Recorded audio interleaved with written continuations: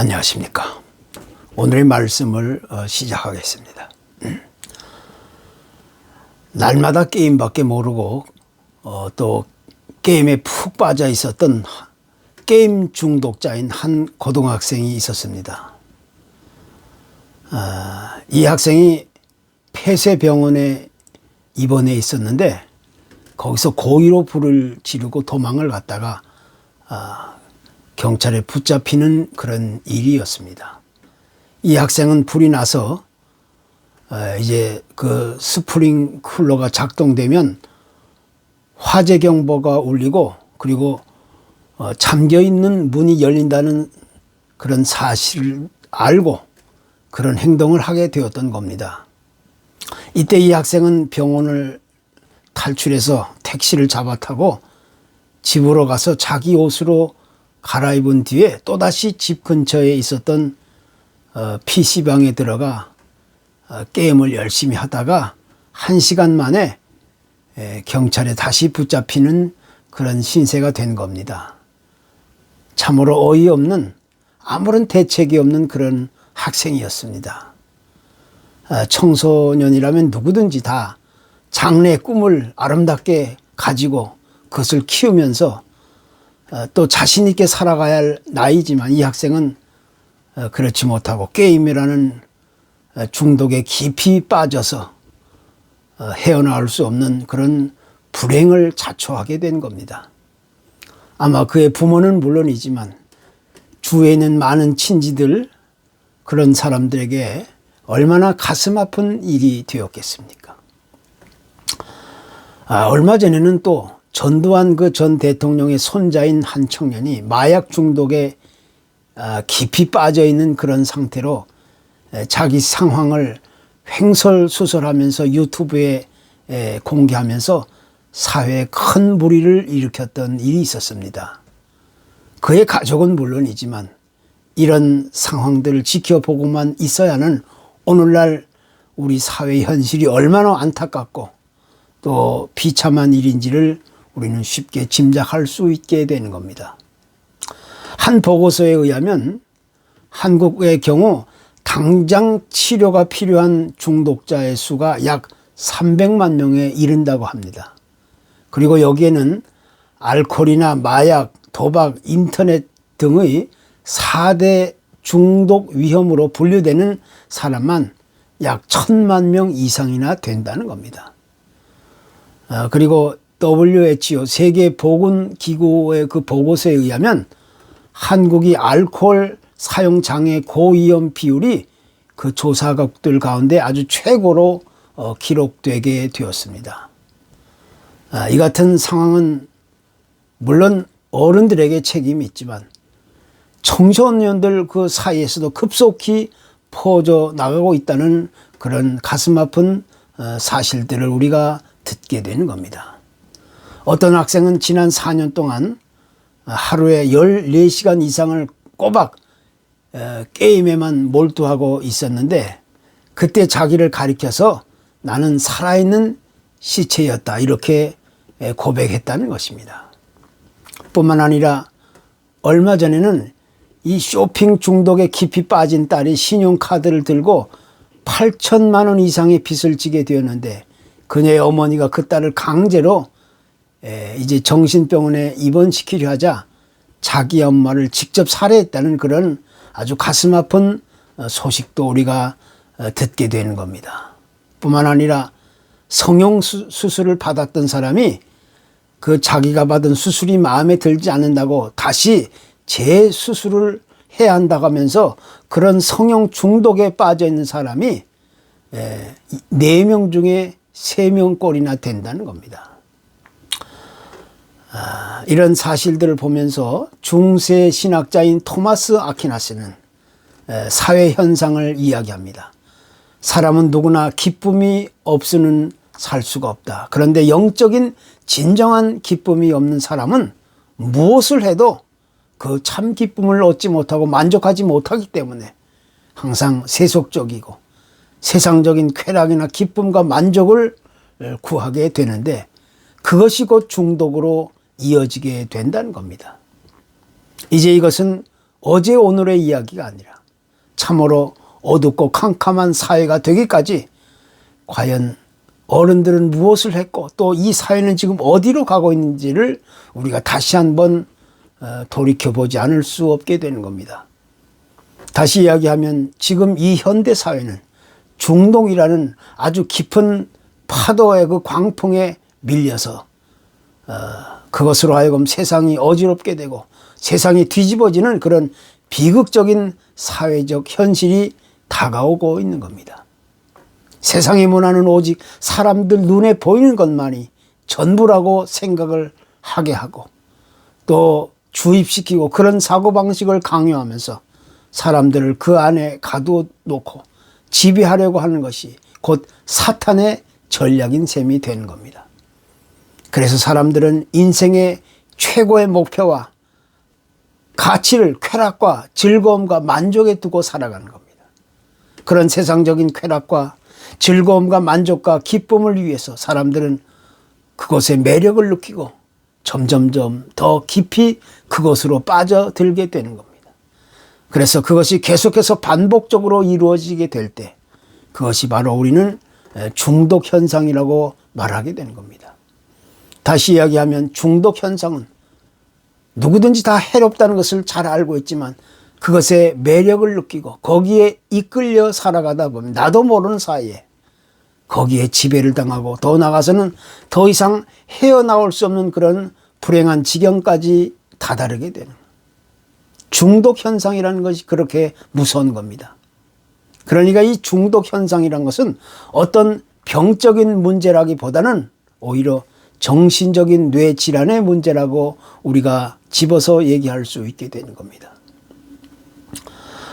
신약 성경에 사마리아 여인에 대한 이야기가 소개됩니다. 이 여인은 본래 남편 5명이 있었다고 이야기하는데 한마디로 얘기하면 결코 정상적인 여인이라고 볼 수가 없는 불행한 여인이었습니다.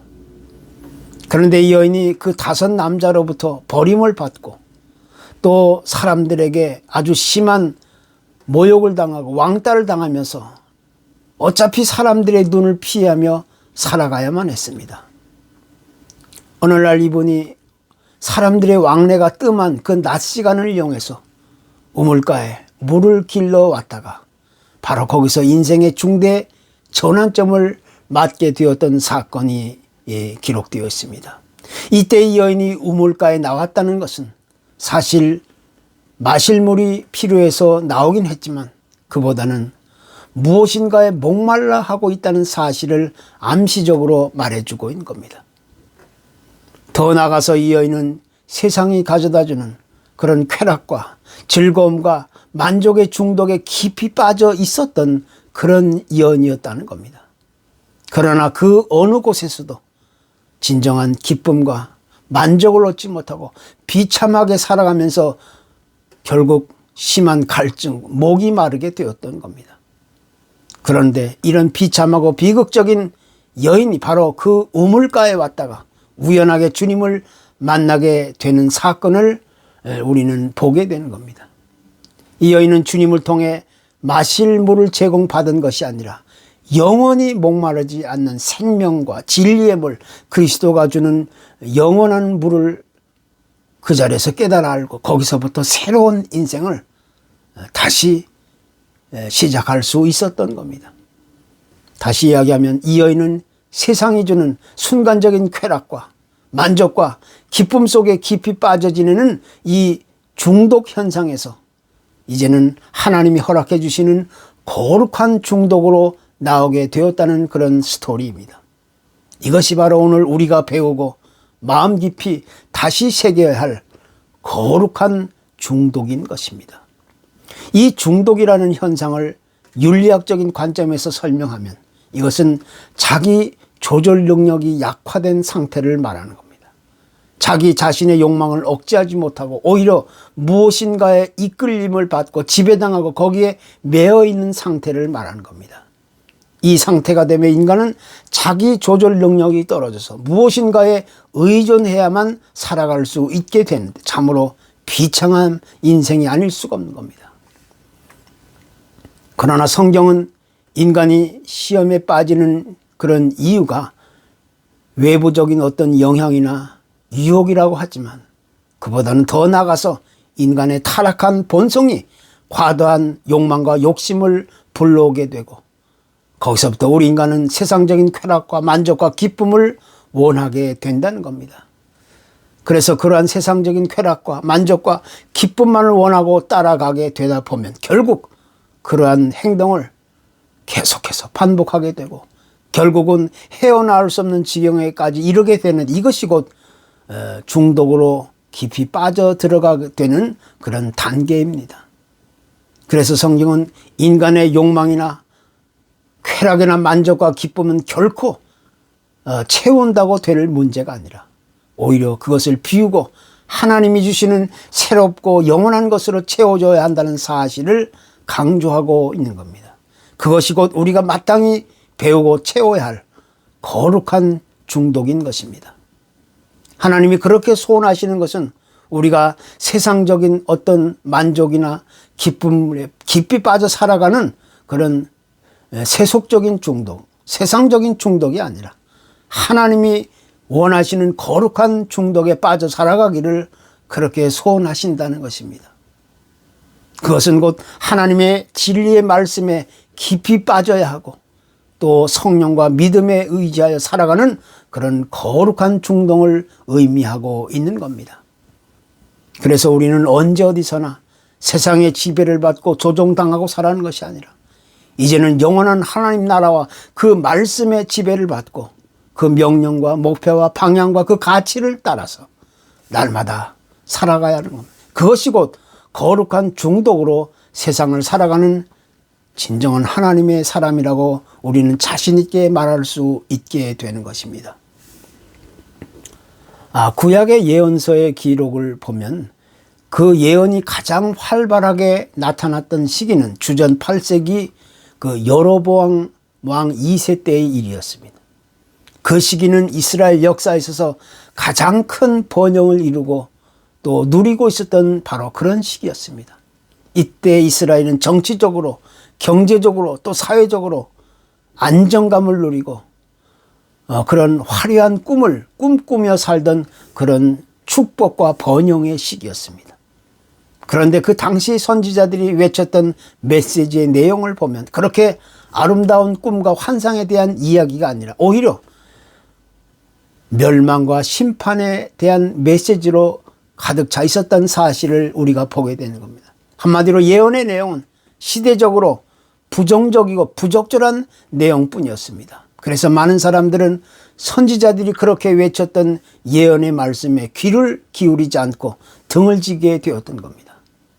그러나 성경적인 관점에서 본다면 이것은 시대적으로 반드시 요구되어야만 했던 필연적인 메시지였던 겁니다. 왜냐하면 이스라엘은 그 당시 외형적으로는 육신적으로는 편안하고 안전하게 전혀 문제가 없었던 것처럼 보였지만 사실 이스라엘은 그 시점부터 점점 내부로부터 부패해지고 썩어지고 무디어져 갔다는 사실을 우리가 찾아보게 되는 겁니다.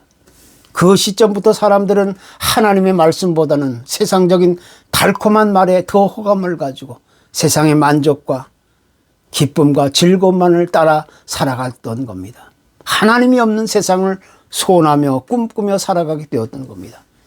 그래서 결국 그들은 하나님께 대한 신뢰와 믿음을 잃어버리고 점점 부패하고 타락한 길을 가다가 멸망의 길을 스스로 자초할 수밖에 없었던 겁니다.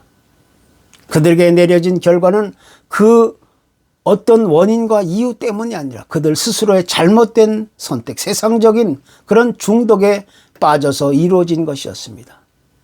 세상적인, 세속적인 이 심각한 중독 현상이 결국 그들의 파멸과 멸망을 자초하게 되었던 그런 역사적인 교훈이었던 겁니다.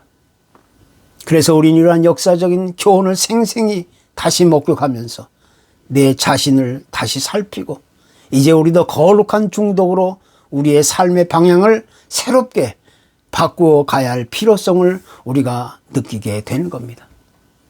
오늘 본문의 말씀은 하나님은 우리 그리스도인들 하여금 이 거룩한 중독으로 나아가기를 소원하신다는 내용으로 그 메시지를 전합니다.